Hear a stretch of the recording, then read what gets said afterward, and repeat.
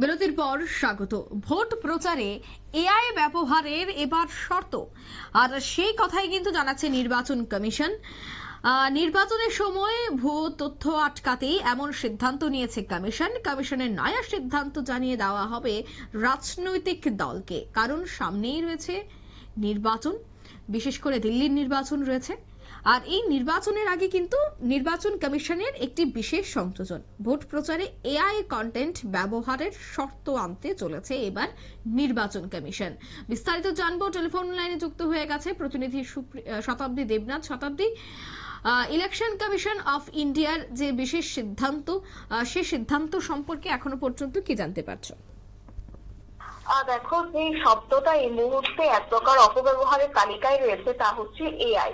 আর AI কি এবং কিভাবে তাকে কাজে লাগানো যায় এই বিষয়ে আজকাল মানুষকে নতুন করে বলার কিছু নেই।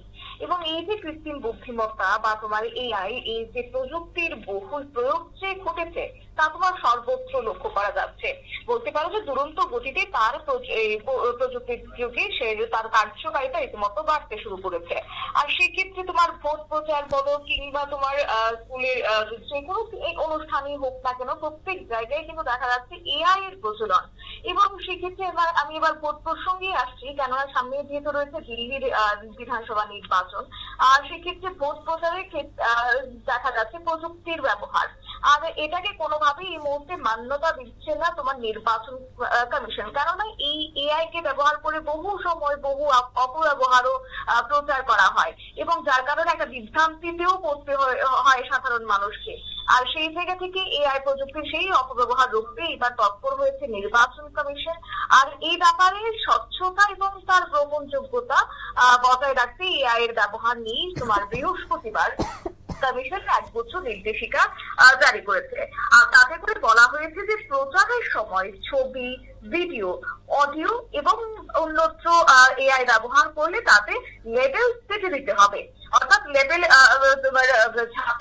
ছাপা রাখতে হবে। এবং সেক্ষেত্রে এআই জেনারেটেড ডিজিটালি এনহ্যান্সড বা সিনথেটিক কন্টেন্ট বলে তাকে জানাতে হবে। এবং সেই ছবি বা ভিডিও বা যে কোনো ধরনের অডিও হোক না কেন, সেটাকে সমস্তটাই উল্লেখ করতে হবে যে এটা এআই প্রযুক্তির দ্বারা করা হয়েছে।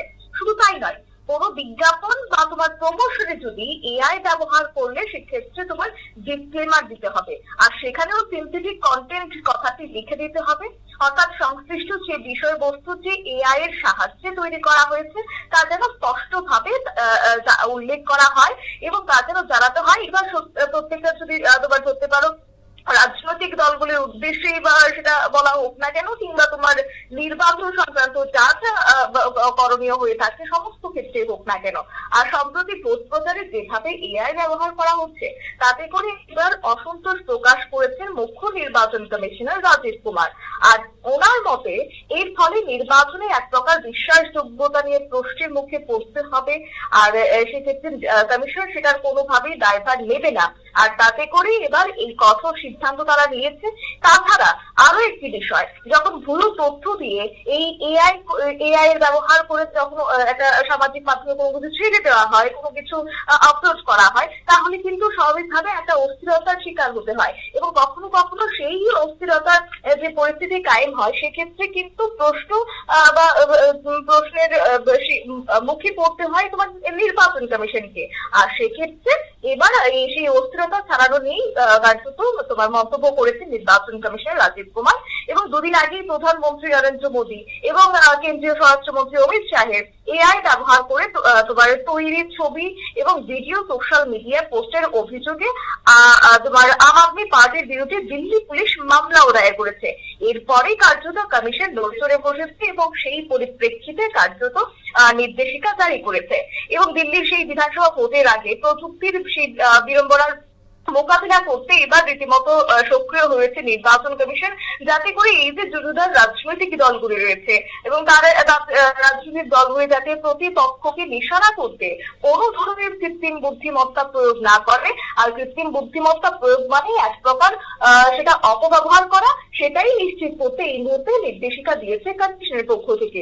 আর সেই নির্দেশিকায় কার্যত রাজনৈতিক দলগুলিকে দায়িত্বশীলভাবে এবং স্বচ্ছতার সঙ্গে নির্বাচন প্রচার করতে হবে, সেখানে যেন কোনো ধরনের এআই ব্যবহার করা না হয় এবং সেই কথাই কার্যত জানিয়ে দেওয়া হয়েছে। এবং যদি কোনো ক্ষেত্রে হয় যদি ব্যবহার করতেই হয় তাহলে অবশ্যই সেই লেভেলগুলি দিতে হবে, কিংবা যে সেন্সিটিভ প্রসেস বলা হয়েছে সেই সমস্ত তোমার স্পিকার বা তোমার লেখা যেন সেই ভিডিও বা অডিওতে রাখা হয়, সেই কথাই কার্যত বলেছে এই মুহূর্তে নির্বাচন কমিশন। আর এতে করে আগামী দিনেও রাজনৈতিক দলগুলিকেও যাতে সেই বিষয়টা মাথায় রাখে সেটাই কিন্তু কার্যত বলে দিয়েছে নির্বাচনী কমিশনের পক্ষ থেকে। এদিকে আবার দিল্লির যে প্রাক্তন মুখ্যমন্ত্রী অরবিন্দ কেজরিওয়ালের কেন্দ্রে বিজেপি প্রার্থী প্রবেশ বর্মার বিরুদ্ধে ভোটারদের মধ্যে জুতো বিলি করার একটা অভিযোগ তুলেছিল এবং তার বিরুদ্ধে নয়াদিল্লিতে কেন্দ্রীয় বিজেপি প্রার্থীর বিরুদ্ধে সেই এফআইআর দায়ের করেছে নির্বাচন কমিশন। অর্থাৎ সব মিলিয়ে বলা চলে যে কিন্তু নির্বাচন এক প্রকার এগিয়ে এসেছে সামনেই 8 ফেব্রুয়ারি।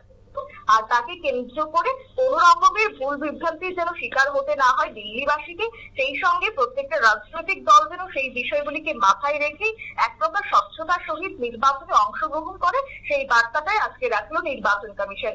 অঙ্কিতা, ধন্যবাদ শতাব্দী। অর্থাৎ নির্বাচন কমিশনের এই বিশেষ বার্তায়, সে বার্তায় কিন্তু এবার পৌঁছে দেওয়া হবে সমস্ত রাজনৈতিক দলকে, সে কথাই কিন্তু এবার নির্বাচন কমিশন অর্থাৎ ইলেকশন কমিশন অফ ইন্ডিয়ার পক্ষ থেকে জানা গেছে। নিয়ে নিচ্ছে ছোট্ট একটি বিজ্ঞাপন বিরতি, সঙ্গে থাকুন।